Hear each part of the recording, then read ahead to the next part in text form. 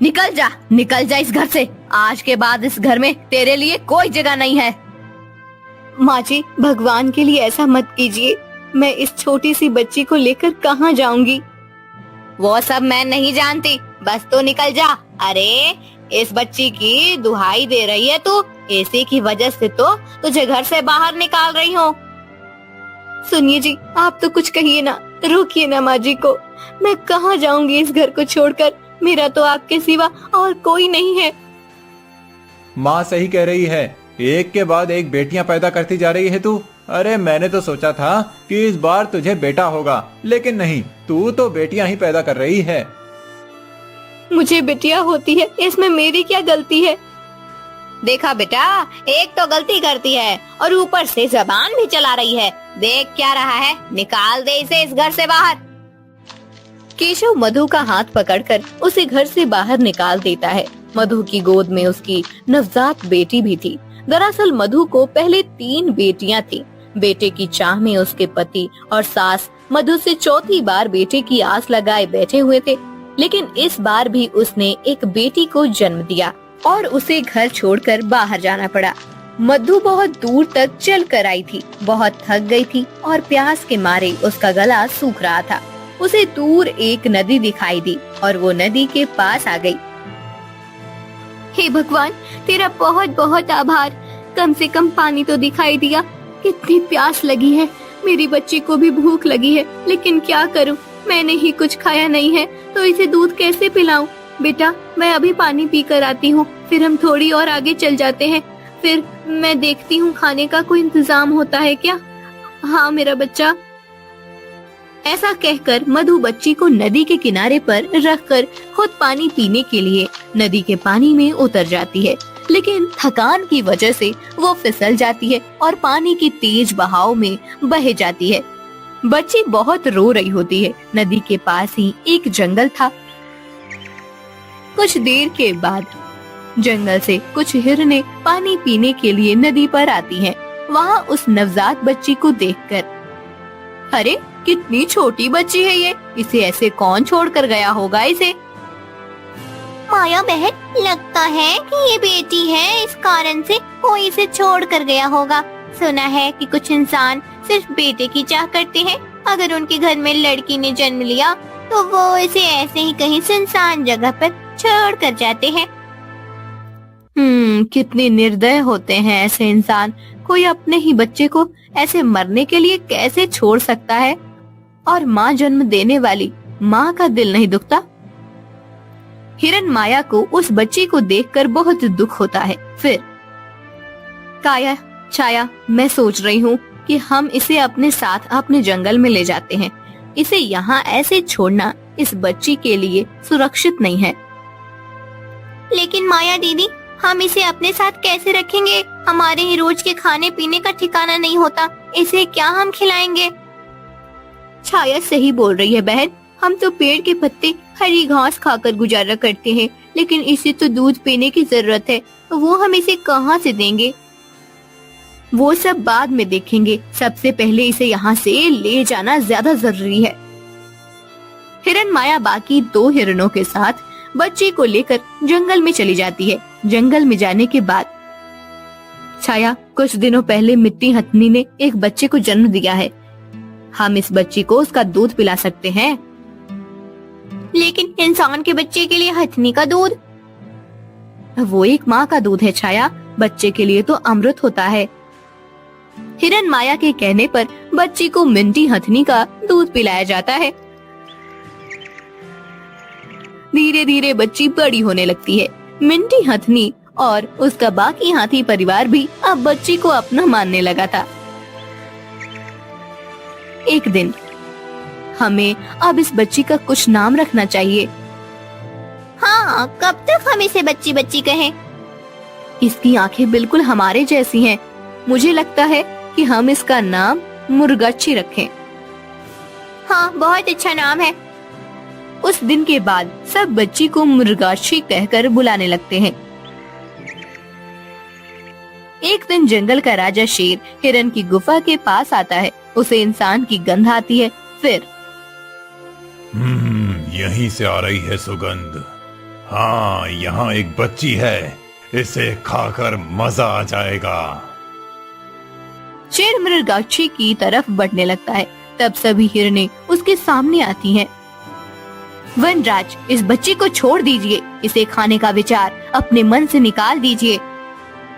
तुम कौन होती हो मुझे ये बताने वाली?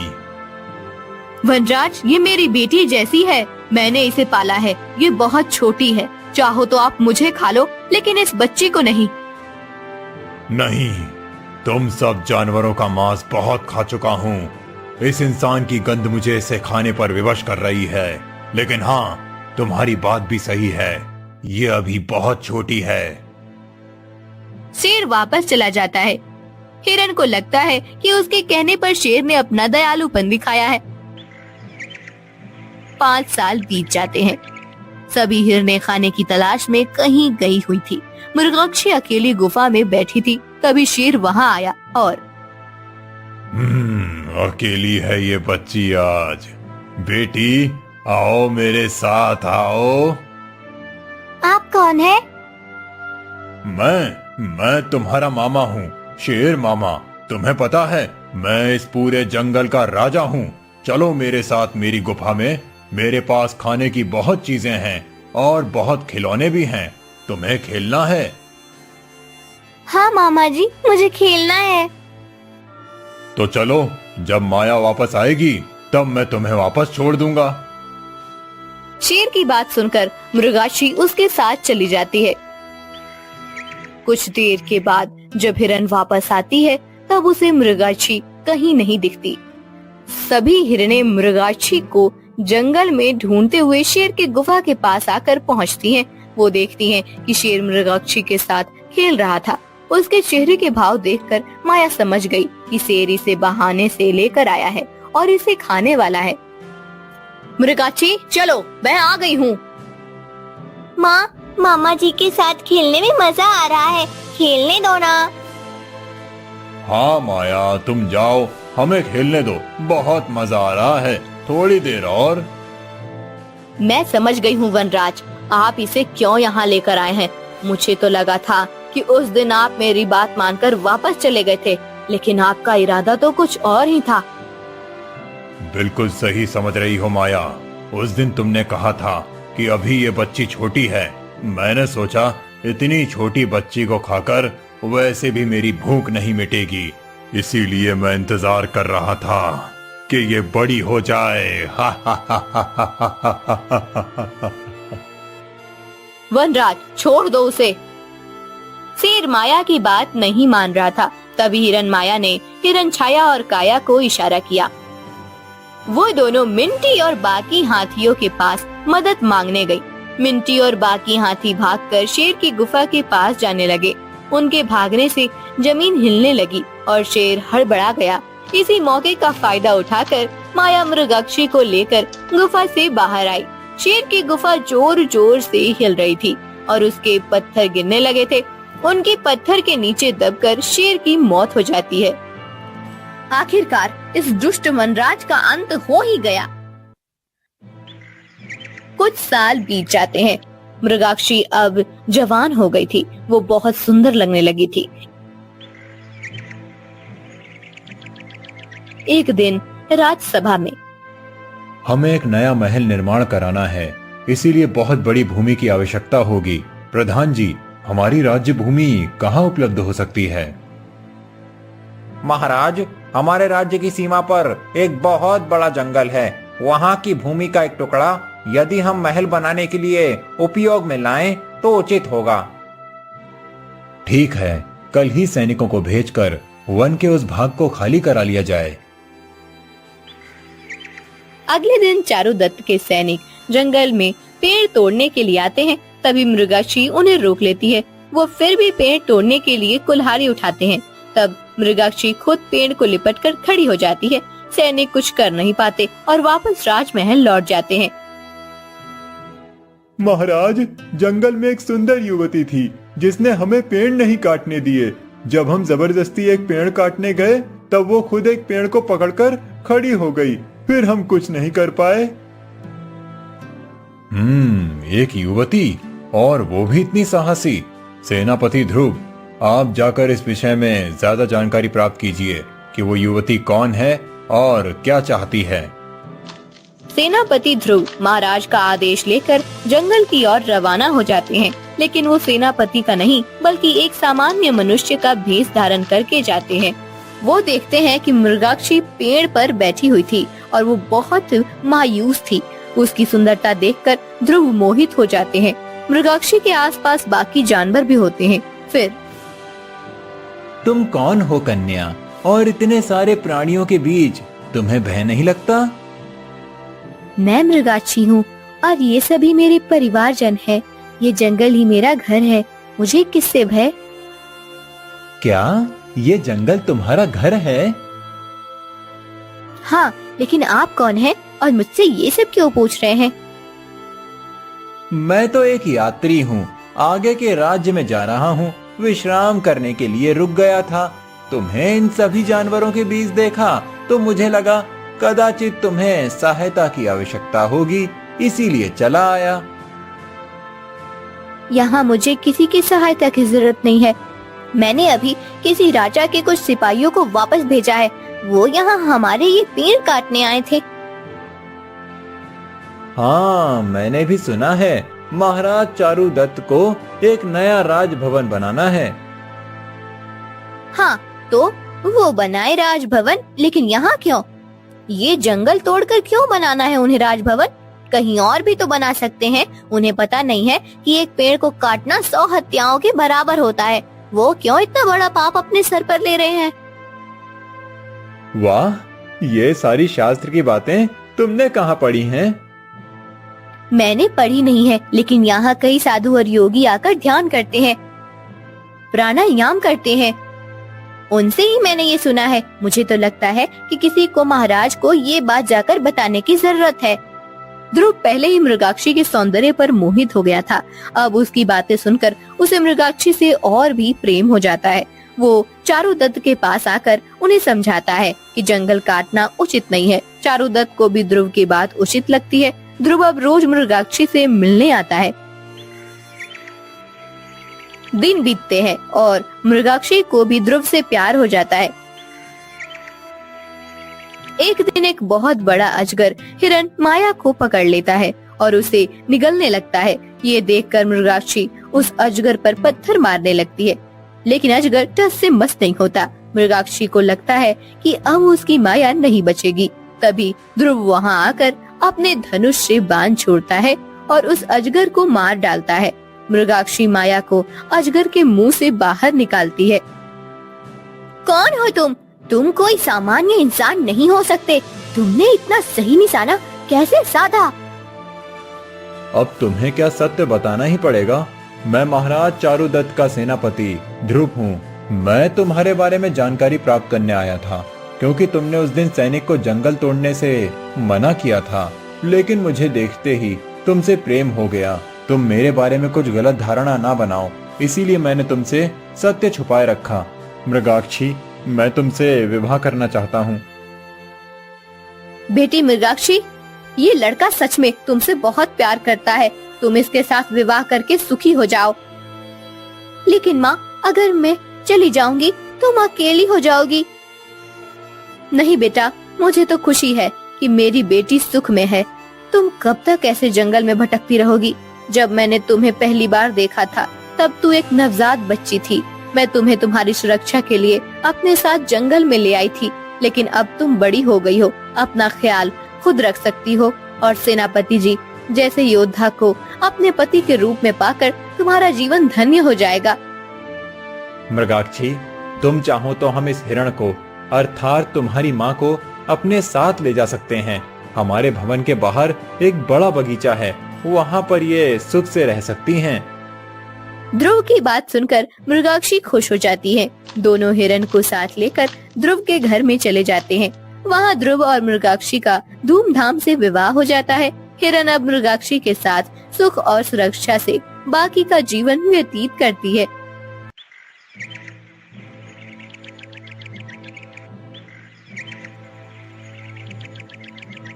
स्वर्ग लोक में गंधर्व कन्या लावण्या कमल उद्यान में घूम रही थी।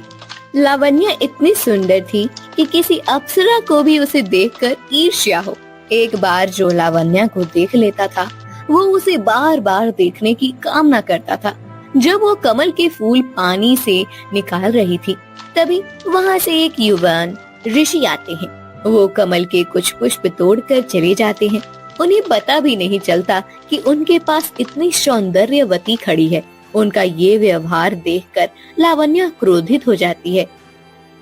महर्षि, लावण्या उन्हें पुकारती है। महर्षि रुक जाते हैं और जी देवी।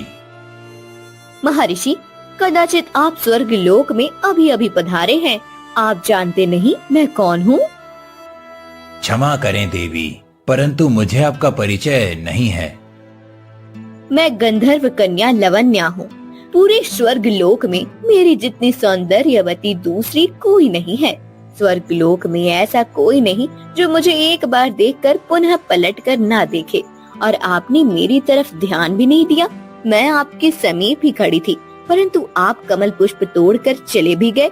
ये तो मेरा अपमान है। नहीं देवी, आपका अपमान करने का मेरा कोई आशय नहीं था, परंतु मैंने आजीवन ब्रह्मचार्य पालन करने का व्रत लिया है। इसी कारण से मैं किसी भी स्त्री की तरफ देखता भी नहीं। आपके सौंदर्य का मुझे कदापि लोभ नहीं हो सकता। मैं तो केवल अपने स्नान, संध्या, पूजा और ध्यान में ही संतुष्ट हूँ। अच्छा, आपको इतना अभिमान है अपनी ध्यान और पूजा पर? अभिमान नहीं देवी, परंतु कोई भी प्रलोभन मेरे व्रत को भंग नहीं कर सकता, ये सत्य है। महर्षि इतना कहकर चले जाते हैं।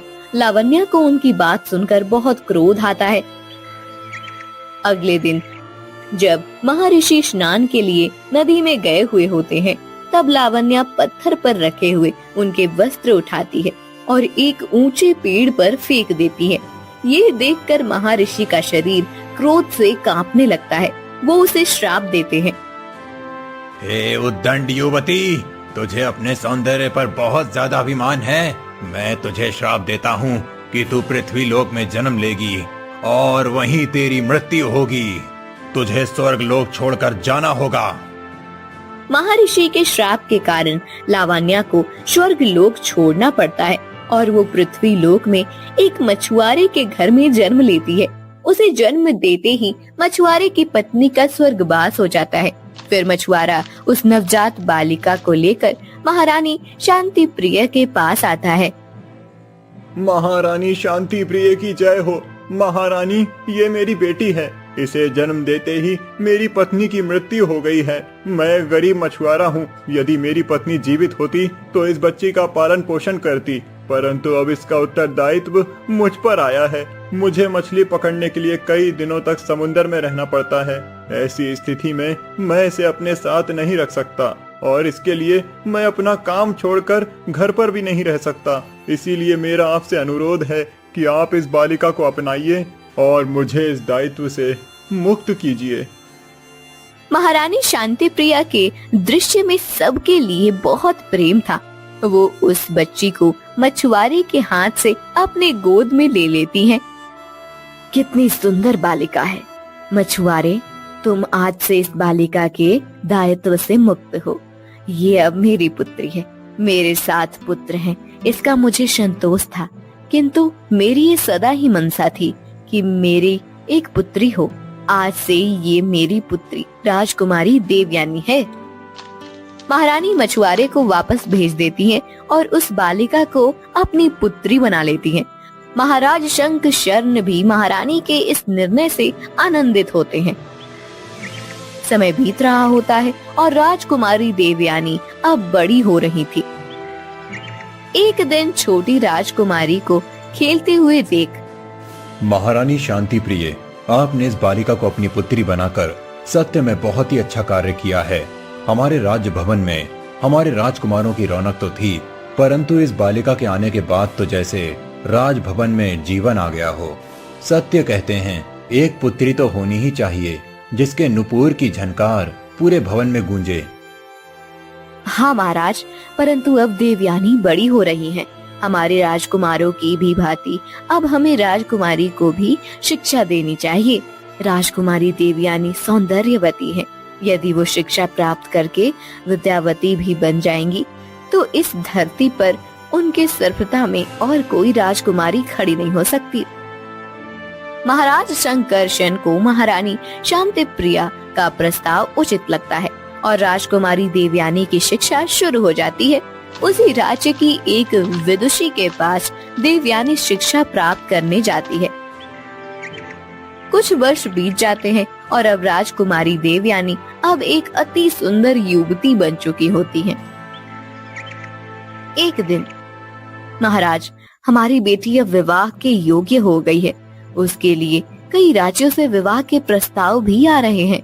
मुझे लगता है कि अब हमें उसके विवाह के विषय में विचार करना चाहिए।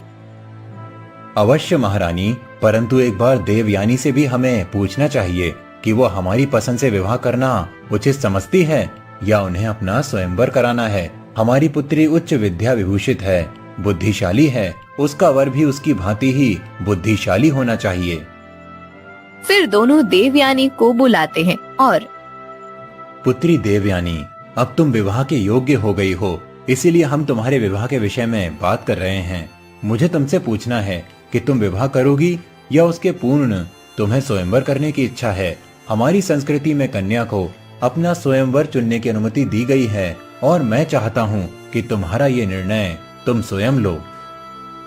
पिताश्री, मुझे आप पर पूरा विश्वास है कि आप मेरे लिए जो भी करेंगे वो उचित ही होगा, परंतु मैं अपना स्वयंवर करने की इच्छा रखती हूँ।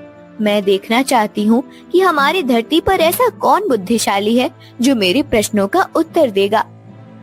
देवयानी के इच्छा के अनुसार महाराज शंकरशन और उनके पुत्र मिलकर देवयानी के स्वयंवर का भव्य आयोजन करते हैं। स्वयंवर के लिए दूर दूर से राजकुमार आते हैं। देवयानी पहले ही बहुत सुंदर थी और स्वयंवर के समय विविध आभूषण और सुंदर वस्त्रों से सजी हुई और भी ज्यादा सुंदर लग रही थी। देवयानी स्वयंवर का प्रश्न पूछना आरंभ करती है। मेरा आप सभी को अभिवादन है। मैं आपसे 3 प्रश्न पूछूंगी और तीनों का उत्तर एक ही है। जो भी मेरे प्रश्नों का सही और उचित उत्तर देगा उस राजकुमार की गले में वरमाला डालूंगी। मेरा पहला प्रश्न है कि ऐसा क्या है जो कभी हमारा साथ नहीं छोड़ता और सदा हमारे साथ रहता है। दूसरा प्रश्न ये है कि हम सभी एक किराए के घर में रहते हैं और एक न एक दिन हमें वो घर छोड़कर जाना है। वो घर कौन सा है? और तीसरा प्रश्न है कि वो क्या है जो गरीब, धनिक, वृद्ध, युवान ऐसा कोई भेद नहीं रखता। देवयानी का प्रश्न सुनकर सभी राजकुमार चौंक जाते हैं। कई राजकुमारों को लगता है कि ये कोई छल है। एक राजकुमार, राजकुमारी देवयानी, ये कैसा प्रश्न है? इन तीनों प्रश्नों का एक ही उत्तर होना संभव ही नहीं है। ये हमारे राजकुमारों का उपहास है। आप कहती हैं कि हम सब एक किराए के घर में रहते हैं, परंतु हम तो राजकुमार हैं, अपने राज्य भवन में रहते हैं। आपका प्रश्न ही उचित नहीं है राजकुमारी, और आप हमसे ऐसे प्रश्न पूछ रही हैं जिसका कोई उत्तर नहीं हो सकता। मैं इस स्वयंवर को एक छल मानता हूँ जो आपने हम सबके उपहास के लिए किया है। आपको अपनी विद्या पर अहंकार हो गया है। नहीं राजकुमार, ये कोई उपहास नहीं है। इन तीनों प्रश्नों का एक ही उत्तर है। कदाचित आपके पास इतनी बुद्धि नहीं कि आप इन प्रश्नों का उत्तर दे सके। मेरा आपसे अनुरोध है कि आप कृपया अन्य राजकुमारों को भ्रमित न करें। कई राजकुमारों को इन प्रश्नों का उत्तर नहीं आता, तो कई राजकुमार गलत उत्तर देकर अपने स्थान पर लौट जाते हैं। महाराज शंकरशन और महारानी शांतिप्रिया को चिंता होने लगती है कि अब राजकुमारी देवयानी का स्वयंवर कैसे संपन्न होगा। तभी राजकुमार शशिधर वहाँ आते हैं और राजकुमारी देवयानी, आप सत्य में बहुत ही बुद्धिशाली हैं। ऐसे 3 प्रश्न जिसका एक ही उत्तर हो, ऐसे प्रश्न कोई उच्च विद्या विभूषित ही पूछ सकता है। सत्य में ये बहुत विकट प्रश्न है, परंतु मैं आपके प्रश्नों का उत्तर देने का प्रयास करता हूँ। राजकुमारी, आपका पहला प्रश्न था, ऐसा क्या है जो सदा हमारे साथ होता है, जो कभी हमारा साथ नहीं छोड़ता? तो उसका उत्तर है मृत्यु। मृत्यु सदा ही हमारे साथ होती है। जीवन हमारा साथ छोड़ देता है और हम मृत्यु को प्राप्त होते हैं।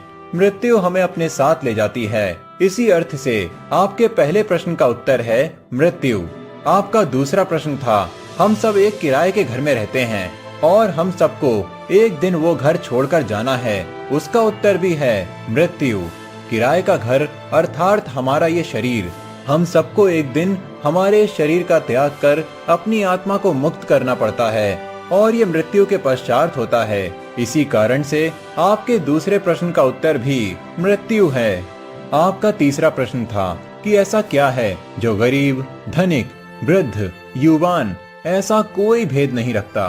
तो राजकुमारी, मेरे अनुमान से उसका भी उत्तर मृत्यु है। मृत्यु ही है जो सबको आती है। मृत्यु से आज तक ना कोई बचा है और ना कोई बच सकता है। कोई राजा हो या रंक, वृद्ध हो या युवान, उच्च जाति में जन्म लिया हो या नीची जाति में, परंतु मृत्यु इन सब का भेद नहीं करती और सबको प्राप्त होती है। इस कारण से आपके तीसरे प्रश्न का उत्तर भी है मृत्यु। अर्थात आपके तीनों प्रश्न का उत्तर एक ही है, मृत्यु। राजकुमार शशिधर का ये उत्तर सुनकर राजकुमारी देवयानी आनंद से ओतप्रोत हो जाती हैं। वहाँ पर बैठे हुए सभी राजकुमार और ग्रामवासी तालियां बजाने लगते हैं। शंकरशन और शांति प्रिया भी बहुत आनंदित हो जाते हैं। राजकुमार शशिधर, आपने मेरे प्रश्नों का उचित उत्तर दिया है। आप सत्य में बहुत ज्यादा बुद्धिशाली हैं। मैं आपको अपना वर चुनती हूँ। राजकुमारी देवयानी वरमाला लेकर राजकुमार शशिधर के पास आती है। वो राजकुमार के गले में वरमाला डाल